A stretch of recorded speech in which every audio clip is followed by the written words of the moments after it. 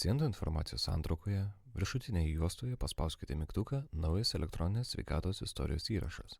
Pasirodžiusiame langelyje išsirinkite Medicininiai dokumentai ir sąraše pažymėkite E027 medicinos dokumentų išrašas siuntimas ir spauskite Tęsti. Atidaroma pildymo forma. Užpildykite dokumentų informaciją. Skiltis Siuntimas. Nurodžius siuntimo tipą atsidaro papildomi vedimo laukeliai. Jei pasirinksite siuntimo konsultuoti, tirti ir gydyti skyrimas, jums reikės nurodyti specialistą, kuriam siunčiama, arba skyrių, į kurį siunčiama. Rekomenduojama pasirinkti paslaugą, kuri leis naudotojui paprasčiau surasti reikiamą vizitą išankstinėje paciento registracijos sistemoje, jeigu siuntimas skirtas konkrečiai paslaugai. Galima pažymėti, ar pacientui reikalinga pavėžėjimo paslauga. Privaloma nurodyti ir paslaugos suteikimo skubumą, planinė ar skubi. Galima pažymėti, ar siuntimas ilgalaikiai priežiūrai ir nurodyti siuntimo tikslą. Siuntimo tiksle gydytojas aprašo siuntimo priežastį, dėl ko pacientas siunčiamas pas specialistą. Siuntimo tikslą prasminga užpildyti, nes jį matys siuntimą priimantį įstaigą. Pasirinkus siuntimo tipą, slaugos paslaugų namuose skirimą, būtina pasirinkti slaugos paslaugų tipą. ASPN po dienos chirurgijos arba paliatyvi slauga. Privaloma nurodyti įstaigą, kuriai šitas siuntimas skirtas. Galima nurodyti siuntimo tikslą.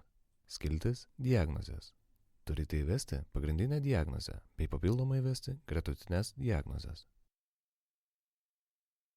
Skiltis Medicininiai duomenys. Nusiskundimus ir ligos anamnezę galima įvesti laisvu tekstu arba įkelti iš kitų dokumentų, paspaudus šalia esantį mėlyną mygtuką. Atsidaro langas, kuriame matomi dokumentai, kuriuose jau yra aprašyti pacientų nusiskundimai arba ligos anamnezė. Atsidariusime lange galima filtruoti reikiamus duomenis. Pasirinkti vieną iš jų ir jį įterpti į siuntimą, paspaudus mygtuką įterpti pasirinkus. Galima įvesti objektyvius paciento būklės įvertinimo duomenis. Skiltis Atlikti laboratoriniai ir instrumentiniai tyrimai.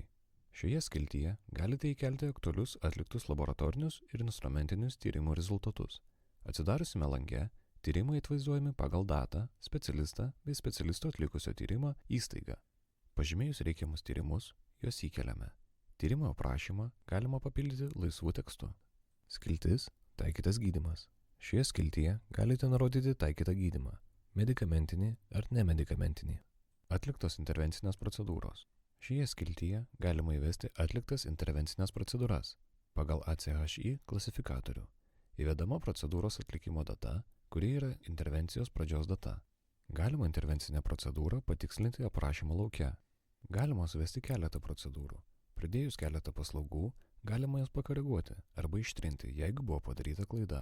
Suvedus duomenis, paspauskite mygtuką Pridėti.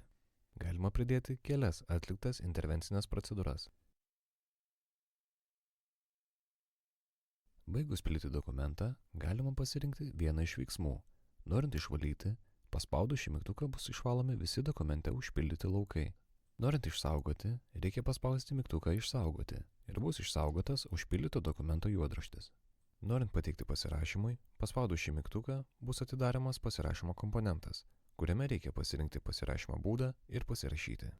Norint pateikti paketiniam pasirašymui, paspaudus šį mygtuką dokumentas išsaugomas su būsena pateiktas pasirašymui, o pasirašymą bus galima atlikti vėliau. Pasirašytas E027 medicinos dokumentų išrašas siuntimas matomas paciento elektroninės sveikatos istorijos skiltyje Siuntimai.